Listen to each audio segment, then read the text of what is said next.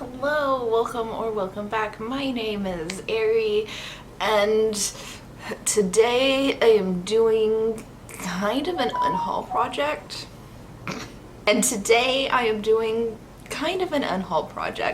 Please ignore the video game noises in the background. There are video games being played.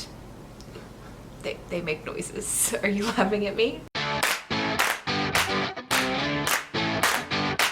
So it is November 10th today, and the Goodreads Choice nominations for 2021 still haven't come out, which is kind of weird. Usually it's like the last week of October, first week of November, not like the middle of November. So my TBR plans for this month are just still totally up in the air until this comes out. But I've got like half a month of stuff that I should be reading. And could I just guess what's on the Goodreads Choice and start reading a bunch of fantasy books that came out this year? Sure. But if you guys saw my haul video, I went 6 books over, so I might as well try to like clear some of that backlog of haulable books that I need to make up for. And that is what this stack is for. So these are all of my book box books that I have from 2020 or older. Some of these are from 2019, some of them are from 2020, but they're book box books that I haven't read in over a year. So what I'm going to do with this is kind of a try a chapter tag, which you probably already saw in the title, where I'm going to read like a chapter or maybe a chapter plus if the chapters are really short, and see if I have any interest at all in reading these books. And if it doesn't interest me, I'm just gonna unhaul it. So I'm 6 over from my last TBR, so can I unhaul 6 of these 10? Can I unhaul all 10? Are there any books in here that are going to sound really good? Let's find out. Alright, so I got through the prologue and chapter 1 of Devil in Ohio by Daria Polton, I guess is her name. The prologue, if I would have just read the prologue, I probably would have kept this book, but going into chapter 1, I know I'm not going to agree with the writing style of this. The premise of this book sounds really cool. This woman, or the main character's mom, is a psychiatrist, and a girl shows up in the hospital and she's got an upside down pentagram carved in her back, which you get in the prologue, which is pretty cool. And then you're introduced to the main character in the first chapter, and it's like all the annoying things about teenagers in one chapter. The main character has 2 sisters. The main character is a photographer and trying to get into trying to make a portfolio for college. And it starts off with her taking a picture of like a cornflake floating in milk is what the first line is. And let me tell you, I was like rolling my eyes right off the bat. Her 2 sisters seem popular. There's a bunch of fat shaming because one of the sisters apparently used to be heavy and lost a lot of weight. And so now there's like glorifying, like the way it was written wasn't like, it was like, yeah, you should have lost that weight. You look so much better now that you're kind of anorexic. It's going off better. So this one is definitely going out the door.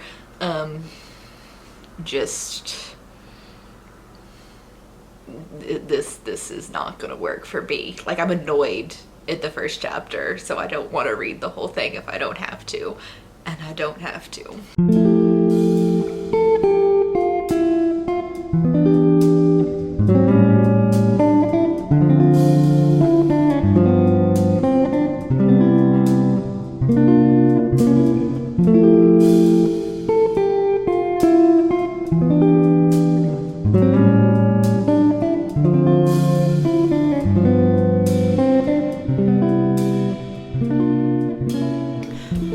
So I read the prologue and first chapter of Dark Souls, and this one's actually pretty interesting. I think I might keep it. This follows a girl who gets into a car accident with her brother and best friend. Her best friend dies, and she realized that she can see ghosts. and she takes a trip to York in England, and ghosty things happening, and there's ghosty things happening. This is a little, like, this is kind of like on that edge where the writing's not bad as the previous book, but there are some like childish statements coming from the main character, which is fine because it doesn't seem like overbearing, but kind of like the mom type thing that teenagers do. But like I said, it's not super frequent, so I think I can get through this, and the plot sounds pretty interesting, so I'm gonna go ahead and hang on to this one. This one I'm gonna keep because I'm not sure about. I've heard good things about it. I think this made some like Goodreads choice list for horror last year, but like the first chapter doesn't give you anything. Basically, this, sorry about the power tool noises. I don't know where it's coming from, but it's been going on for forever. Basically, this is about a woman who is getting divorced from her husband. She grew up working for her uncle Earl in the the Glory to God Museum of Natural Wonders, Curiosities, and Taxidermy, which we're introduced to, and we're introduced to her Uncle Earl. And I was a little skeptical at the beginning because Uncle Earl seems like a conspiracy theorist, religious freak, which I guess he is, but he's also super kind-hearted, where instead of believing because you're a different religion than him that you're going to hell, or you don't believe in God, you're going to hell, he believes that God loves everybody and God's very forgiving, and so God wouldn't let somebody go to hell just because they practice a different religion than he does. So that's kind of I kind of like that idea of a very kind-hearted Christian instead of the fundamentalist we read about in the news recently. So I think I'm going to keep this one too. But this does have the potential to DNF, but I didn't get any, like, this is supposed to be a horror book, and I got absolutely nothing horrific in the first chapter. So I don't know where this is going, but I'll hang on to it.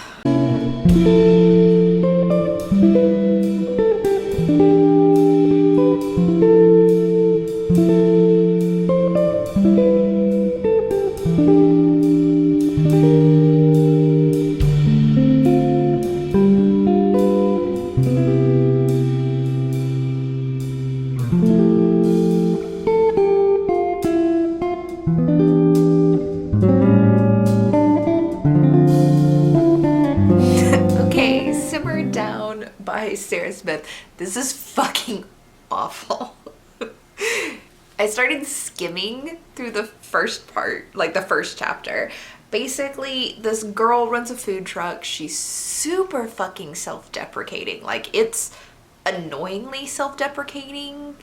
And she's like the typical, like, she's kind of plain looking and she's really clumsy and like that kind of heroine. But she runs a food truck. She's not very good at it, according to her. And she has this guy with a different food truck who parks next to her food truck, where courtesy or etiquette, unspoken rules that he's not supposed to. And she tells him to move, and he's just like, fuck off. And so she's gonna make his life a living hell, and I think I'd rather throw up than read this book. So this one is definitely getting unhauled, and I did find this in there, which means it's from my October 2020 unplugged book box. So this is all going away. Alright, The Book of Second Chances by Katherine Slee. This one doesn't seem to be particularly bad. This follows a girl named Emily, and Emily's grandmother is a famous author who wrote a series of children's stories. Emily's grandmother has recently passed away and left clues for Emily to follow to kind of like get to know her grandmother like after her death, to experience like how she experienced her life, and to find this missing completed manuscript that's like the final book in the series. It's supposed to explore like grief and death and realizing that maybe you didn't know so much about the people you loved when they were alive, and now that it's too late to ask them about their lives, you can't.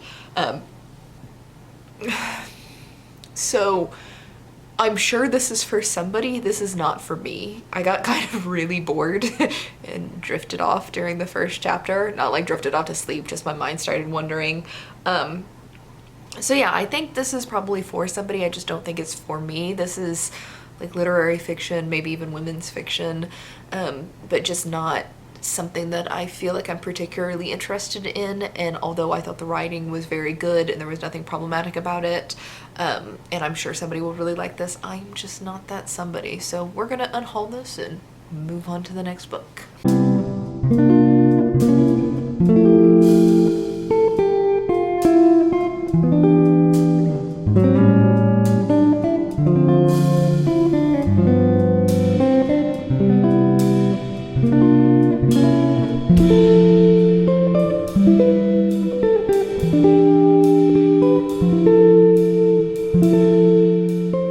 This book, I can't take this seriously. Like, not even a little bit seriously. So this one's going to. One of the first lines in this book is like baka, which is apparently idiot in Japanese, but all I think of is these stupid like anime shark things, which I'm gonna put a picture of over here. Where it's like it's in English, except for it's got like really Americanized Japanese phrases in it, right? Like baka and senpai and stuff like that, which I just think of like creepily horny teenage boys and just can't for the life of me take this book seriously, because of the few Japanese phrases used are very, yeah, just I just can't. I don't care what this book is about. I can't deal with the writing of this. It's just too fucking absurd. Also,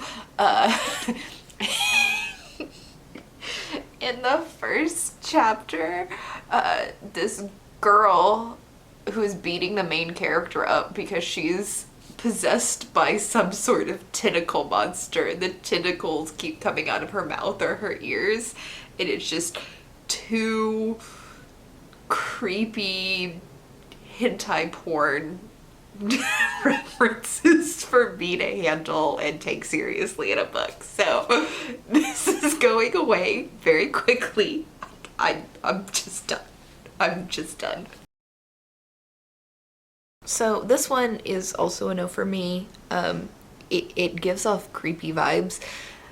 The narrating character, or at least the first chapter's narrating character, is a not like other girls high schooler. She doesn't care about prom and she listens to Nirvana. She's not like the other girls. And she sees this woman who owns a pottery business and teaches pottery classes, and like instantly upon sight becomes obsessed with her, and like creepy, no boundaries, obsessed. And so she signs up to take a class and then kind of falls in love with this woman during the class because the woman's teaching. She's working in a customer service position, and so she's being nice. She's trying to fucking make money, And the narrating character from the first chapter is taking, her name's Lo. So Lo is taking this niceness as like attraction when Lo is a fucking high school student. And this woman is obviously like a married adult. And it's just giving off like super uncomfortable, creepy fucking vibes, which I'm just not into reading. And then the synopsis doesn't make this sound like this is going to get any better. Basically, Lo is like a stalker, and Freya is the teacher, right? So Freya kind of becomes friends with Lo because Freya is lonely, and Lo, in her like young ignorance and kind of creepy vibes, takes advantage of this. Freya eventually meets another woman her age, and then Freya and this other woman, Jamie, look like they're gonna do a husband swap, but Lo, the teenage girl, gets super stalkery somewhere in there. But like the whole plot of this book sounds icky and nothing that I would be interested in. So this one is definitely going, and I didn't really think it was gonna stick around to begin with.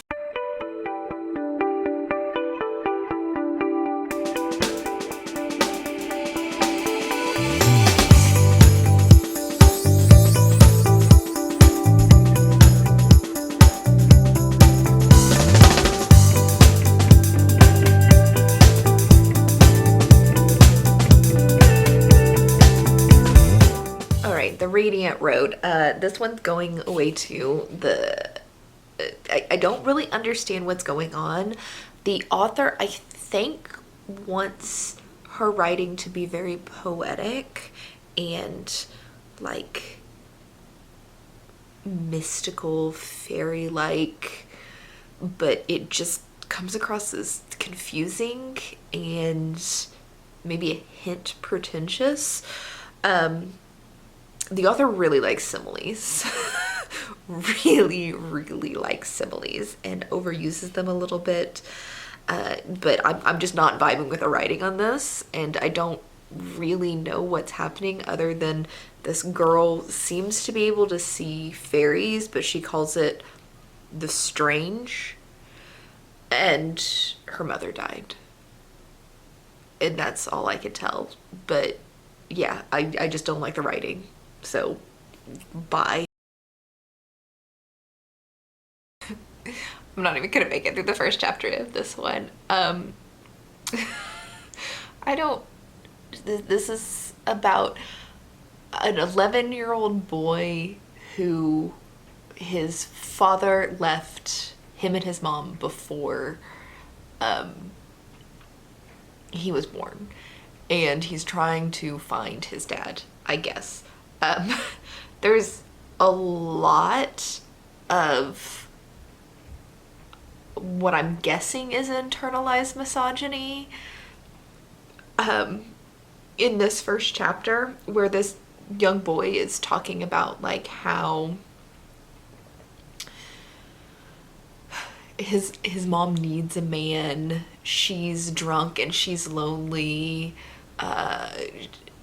because she's fat, like what the fuck, and doesn't have a boyfriend, which all of that is kind of gross, and I probably wouldn't like go after the first chapter just because of that and because I'm uninterested. But then there's a sentence in here where, keep in mind this is an 11-year-old boy and he's talking about his mom's breast, and he was like, afterwards I lay on her boobs. I love doing that because they're so soft, like pillows. I even have names for them. One's Larry, he's a bit bigger, and one's Gary. How fucking creepy is that your 11-year-old son is obsessed with your boobs and has named them? Like, I mean, I don't have kids, but that's fucking creepy. And I was just kind of like, nope.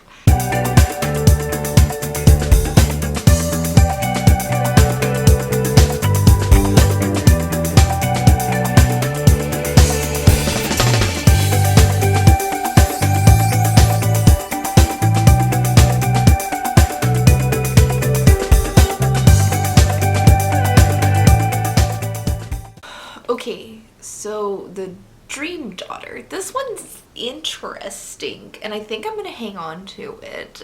Basically, this is during the Vietnam War, and this woman's husband dies before she realizes that she's pregnant. A couple weeks after his death, she discovers the pregnancy and then discovers that her child has like a heart problem, I believe. But due to the time frame, the child is not expected to live far past the termination of the pregnancy or the end of the pregnancy. So she has like options. She can either have an abortion, a medical abortion due to the health of the child. She can carry the baby to term, and then the child will die soon after an abortion, and then the child will die soon after it's born. But this is the only thing she has left of her husband, so she's like, I can't let this baby die. And it seems like she's gonna time travel to a time where medicine is able to keep up with, or able to keep the baby alive after it's born, which is kind of cool. Like, I don't have any interest normally in like stories of babies, but this one's kind of cool, so I'm gonna hang on to it. All right, so that's the end of this like try a chapter tag experiment thing that I was doing.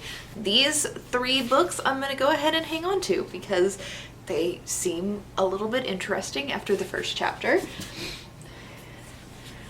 And these 7 are going away. Bye-bye. Clearing off some room on my bookshelf. This has been reorganized since my haul last month just because I ran out of room quickly. I also purchased a new book cart. Everything on this book cart is stuff that I've read that I'm either going to keep or unhaul. This is the unread books. So, and now I have to figure out what I'm gonna read for the rest of this week until we get our Goodreads choice announcements. It's gotta happen this month sometime. I think it's going to happen on the 16th, which is next Tuesday. Today is Wednesday, so next Tuesday. So I've got about 6 days worth of guessing what's going to be on the Goodreads Choice Awards and pre-reading stuff. So wish me luck, and I will see you in the next video. Bye.